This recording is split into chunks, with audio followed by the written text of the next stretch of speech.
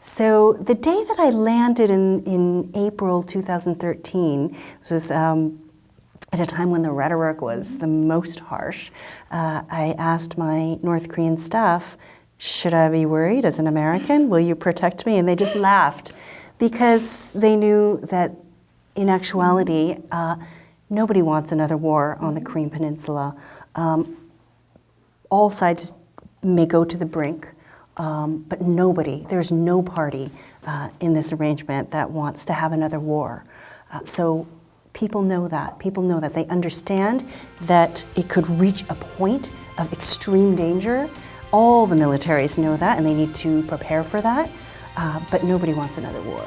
So in that sense, in terms of the security, I was not worried.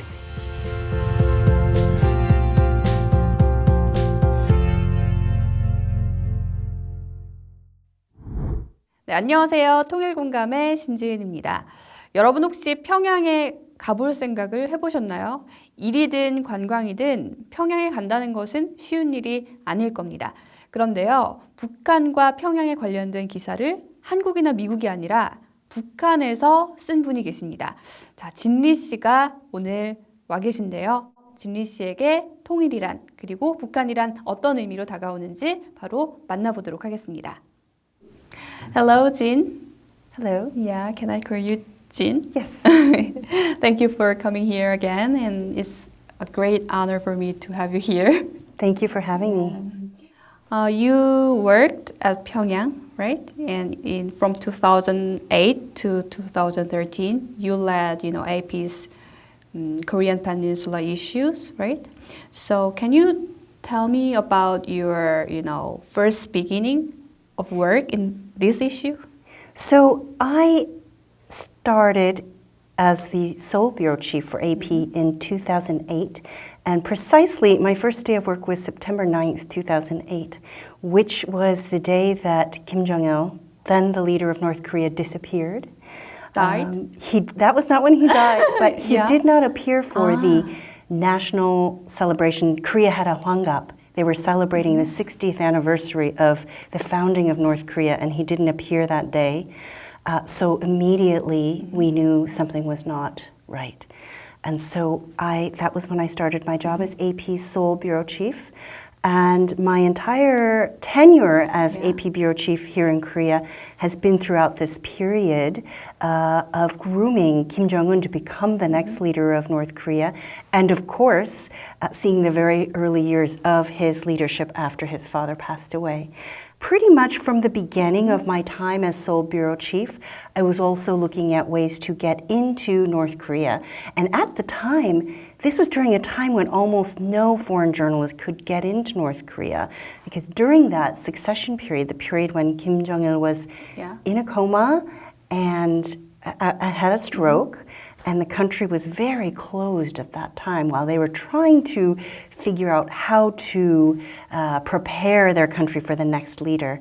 I was able to make a few trips to North Korea and to develop a relationship and negotiate the opening of an AP bureau in Pyongyang. And we did that. Initially, the date was set for December 20th, 2011. And of course, the day that Kim Jong-il's death was announced was on December 19th, 2011. You exactly remember. So I do remember because I was on my way to Pyongyang to open the AP office when we heard the news that Kim Jong-il had died. Wow. So what a it coincidence. sticks in my brain. Of course, that one of the reasons why we wanted to open the bureau so quickly was to be there for this change, this change in North Korea's leadership. In any case, we opened it a few weeks later in January of 2012. And from that point on, in 2011, 2012, 2013, I spent most of my time in Pyongyang. So how long exactly did you stay? So as an American citizen, because my country does not have diplomatic relations with North Korea, as you know, the U.S. is still technically in a state of war with North Korea. I was not allowed to have resident status. That meant that I had to get a visa every month. I tried to go every month and to stay for at least several weeks at a time. So I made almost 3 dozen trips, or almost 30 trips to North Korea. 30 trips? Wow. And many of those trips were several weeks long, up to 5 weeks at a time. So very long stretches of time living and working alongside the North Koreans. So certainly it gave me a chance to see North Korea in a way that no other journalist from the West has, certainly no other journalist from America has, because I was there not only for the big events, but also for the quieter times when I was able to see what life was like on a day-to-day basis. And that for me was incredibly informative and helped me understand who they were, what they want, what they're thinking, what their dreams were, and how they manage on a day-to-day basis. Actually, Pyongyang is at the center of international dispute, right? So weren't you, scared or intimidated at first to go there? Of course, especially as a citizen of a country that is technically at war with North Korea. And it is also a country where you have to watch how you behave, what you say. And from the first time that I went to North Korea, we were given very strict, and this was as a tourist. I was on assignment with a tour group, and I was given very strict instructions on, for example, it's illegal to deface an image of the leader. So, for example, they told us, if you get a newspaper, do not crumple it up, because that is defacing. Wow. Because, of course, the leader's face is all over the newspaper. So they said, just leave it gently on top of the wastebasket. So in terms of security, there were times, for example, in the spring of 2013, when the rhetoric coming from Pyongyang was extremely harsh. They were threatening to launch a thermonuclear war. So the tension was very high, and that was how the mass media were presenting it, especially the foreign media. But in fact, I spent most of that spring in Pyongyang, in North Korea, and around the country. And when you're there for long periods, you also understand that quite a lot of it is rhetoric. So the day that I landed in April 2013, this was at a time when the rhetoric was the most harsh, I asked my North Korean staff, should I be worried as an American? Will you protect me? And they just laughed, because they knew that in actuality, nobody wants another war on the Korean Peninsula. All sides may go to the brink, but there's no party in this arrangement that wants to have another war. So people know that. People know that. They understand that it could reach a point of extreme danger. All the militaries know that, and they need to prepare for that. But nobody wants another war. So in that sense, in terms of the security, I was not worried. In terms of my personal security, I was very aware that I needed to be cautious about how I presented myself. My concerns were more for perhaps the security and safety of the people who were working for me, who were under great scrutiny as well for working with an American. I saw many pictures of places, people there. Actually, you made a lot of contact with them, right? So at first, when I saw your Instagram, wow, does she have any friend there? How did she organize all these things? So do they actually give some kind of schedule to you to go there, to meet them? So one of the amazing things about being part of the foreign press corps there, rather than being a journalist who comes in for these short trips, was that I was able to set my own schedule. Wow. And that was something that I did. I had a very detailed schedule every day, and that was an opportunity to see North Koreans enjoying themselves, and also see North Koreans in a very candid moment. A lot of people think that the things that I photographed were all staged, But I can tell you that you can't stage something as candid as people learning how to ice skate for the first time. So there were many opportunities to see what life was like in Pyongyang for certain segments of the population. Actually, Pyongyang is the capital city of North Korea, right? So maybe we see Pyongyang people through news and other kind of stuff.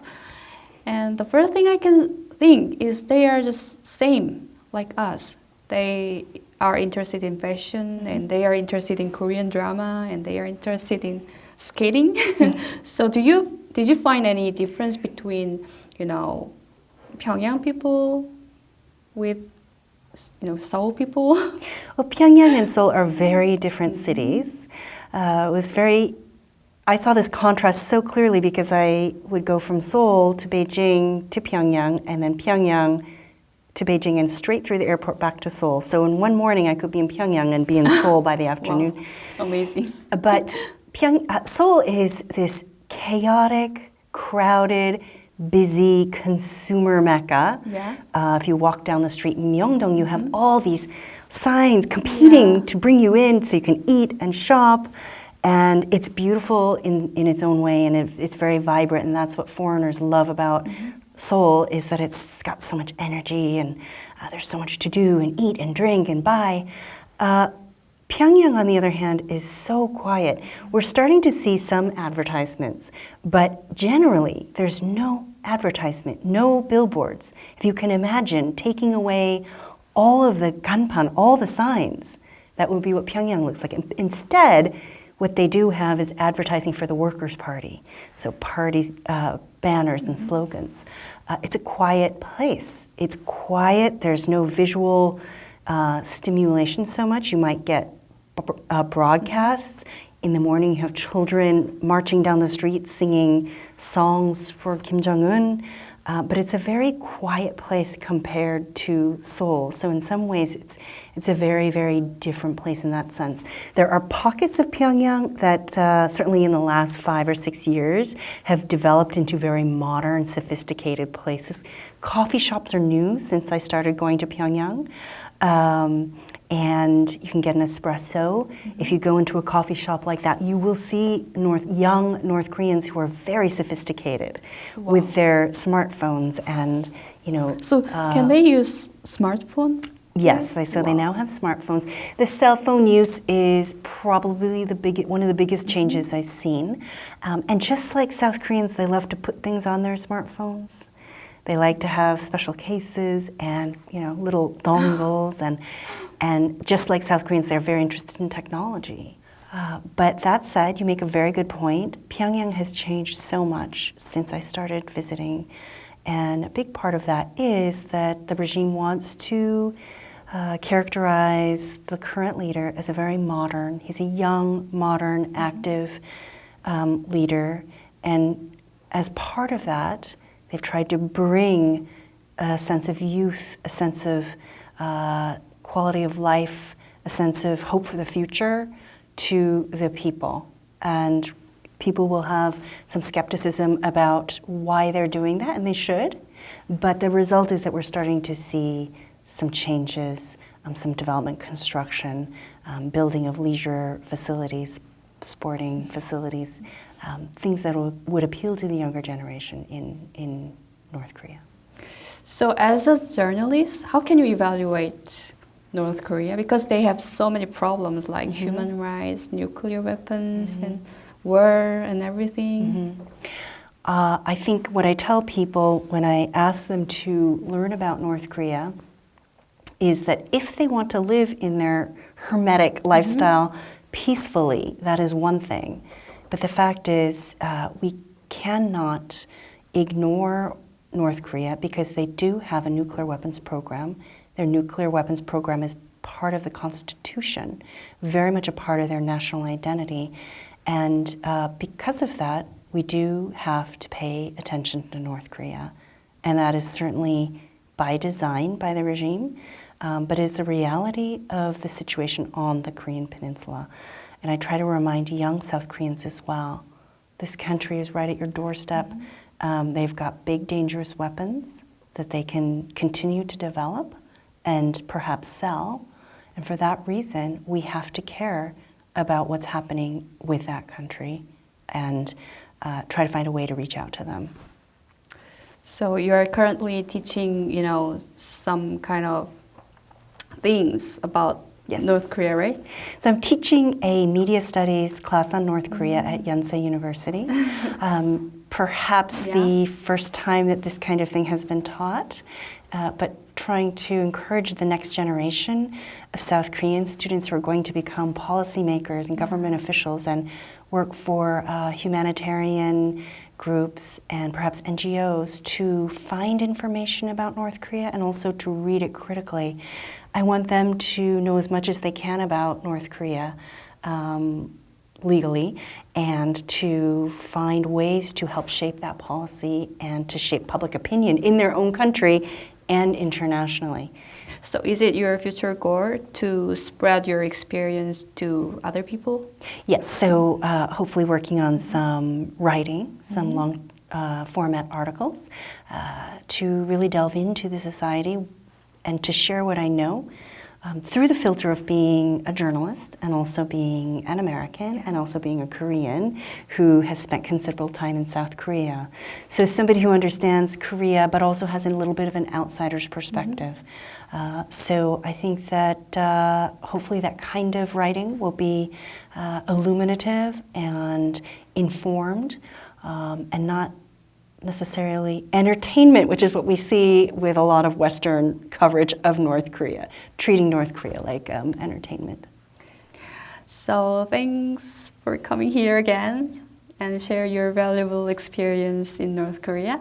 Can I see more pictures about North Korea on your Instagram? Yes, so I did not have time when I was in North Korea to post many images. Actually, it was partway through my assignment that we were able to bring our phones and access the internet from our iPhones. So I'm still slowly posting images as well as some stories about my time in North Korea. So please follow me there. My logon is NewsGene. And I will continue to post images from North Korea. Maybe we can find some differences and similarities between North Korea and South Korea, right? Exactly. So I think that one of the things about my Instagram feed is sometimes I think people have a hard time telling which pictures were taken in North Korea and which pictures were taken in South Korea. So certainly my feed is really a Korean Peninsula feed, one that covers both sides of the DMZ. Okay, then I'll directly go to your Instagram. Actually, I already followed you. Oh, okay. Well, I'll have to follow you too. Yeah. Thank you, and let's meet on your Instagram. Okay, I'll see you there. Yeah, thank you for coming here again. Thanks.